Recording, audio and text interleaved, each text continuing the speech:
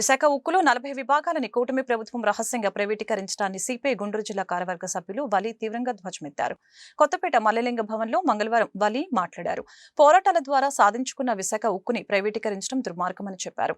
11,800 కోట్లు తీసుకొస్తానని చెప్పిన పవన్ కళ్యాణ్ ఇప్పుడు ఏమయ్యారని ప్రశ్నించారు. విశాఖ ఉక్కు హామీలకు పాలకులు కట్టుబడి ఉండాల్సిందేనని స్పష్టం చేశారు. ఏదైతే కూటమి ప్రభుత్వం విశాఖ ఉక్కు ఆంధ్రుల హక్కు అని గతంలో ప్రతిపక్షంలో ఉన్నప్పుడు దుమ్మెత్తిపోసిన ఈ యొక్క చంద్రబాబు నాయుడు గారు, పవన్ కళ్యాణ్ గారు, లోకేష్ గారు, ఇప్పుడు కేంద్ర మంత్రిగా ఉన్న రామ్మోహన్ నాయుడు గారు, ఈనాడు మీరు ఏం చేస్తా ఉన్నారని మేము ప్రశ్నిస్తా ఉన్నాము.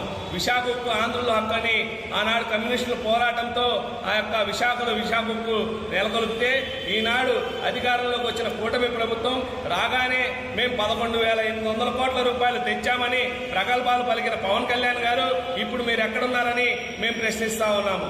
దాదాపు ఈ కొంతకాలంలోనే 40 విభాగాలని కేంద్ర ప్రభుత్వం గుట్టు చప్పుడుగా ప్రైవేటీకరణకి పలు విభాగాలను ఇచ్చింది. అదేవిధంగా 5,000 మంది కాంట్రాక్ట్ ఉద్యోగుల్ని ఉద్యోగాల నుంచి తీసేశారు. 1,200 మంది పర్మనెంట్ ఉద్యోగుల్ని ఉద్యోగాల్లో తీసేశారు. మరొక 5,000 మందిని కేంద్ర ప్రభుత్వం విశాఖ ఉక్కులో ప్రైవేటు ఉద్యోగులను కూడా తీసివేయబోతా ఉన్నది. ఆనాడు ప్రాణ త్యాగాలు సైతం చేసి విశాఖ ఉక్కును తెచ్చుకుంటే ఈనాడు కూటమి ప్రభుత్వం నోరెత్తకుండా నిమ్మకు నీరెత్తినట్టు వ్యవహరిస్తా ఉన్నారు. అదేమిటంటే మోడీ భజన చేస్తా ఉన్నారు. మేము దీన్ని ఖచ్చితంగా ప్రైవేటీకరణ కానివ్వమని అధికారంలోకి వచ్చిన ఈ యొక్క చంద్రబాబు నాయుడు గారు, పవన్ కళ్యాణ్ గారు అధికారంలోకి వచ్చిన తర్వాత కేంద్ర ప్రభుత్వం వేగంగా అడుగులు వేస్తా ఉన్నది ప్రైవేటీకరణకి. మేము ఒకటే హెచ్చరిస్తా ఉన్నాము. చంద్రబాబు నాయుడు గారు, పవన్ కళ్యాణ్ గారు, మీరేదైతే ప్రైవేటీకరణ కాకుండా ప్రభుత్వ రంగ సంస్థగానే దీన్ని కొనసాగిస్తామని చెప్పారో ఆ మాటకు ఖచ్చితంగా మీరు కట్టుబడాలి. ఆ ప్రైవేటీకరణ దిశగా వెళ్తున్న కేంద్ర ప్రభుత్వానికి గట్టి హెచ్చరిక జారీ చేయాలి. మీ మీదే ఈ యొక్క నరేంద్ర మోడీ ప్రభుత్వం కొనసాగుతా ఉన్నది. ఖచ్చితంగా మీరు గనక ఈ విషయంలో గనక వెనకడుగేస్తే చంద్రబాబు నాయుడు గారు రాష్ట్రానికి ద్రోహం చేసిన వ్యక్తిగా చరిత్రలో నిలిచిపోతారని ఈ సందర్భంగా హెచ్చరిస్తా ఉన్నాము.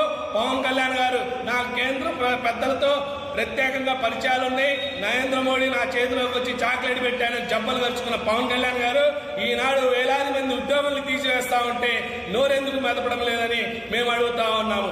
లడ్డు విషయంలో ఆ విధంగా రాజకీయం చేసిన మీరు అనేక వేల మంది రోడ్డును పడతా ఉన్నారు. లక్షల కోట్ల రూపాయల ఆస్తి అయిన ఆ ఆస్తిని అంబానీ ఆదానికి కట్టబెట్టాలని నరేంద్ర మోడీ చూస్తా ఉంటే ఈ యొక్క రాష్ట్రంలో ఉన్న కూటమి ప్రభుత్వం ఏం చేస్తా ఉన్నదని మేము అడుగుతా ఉన్నాము.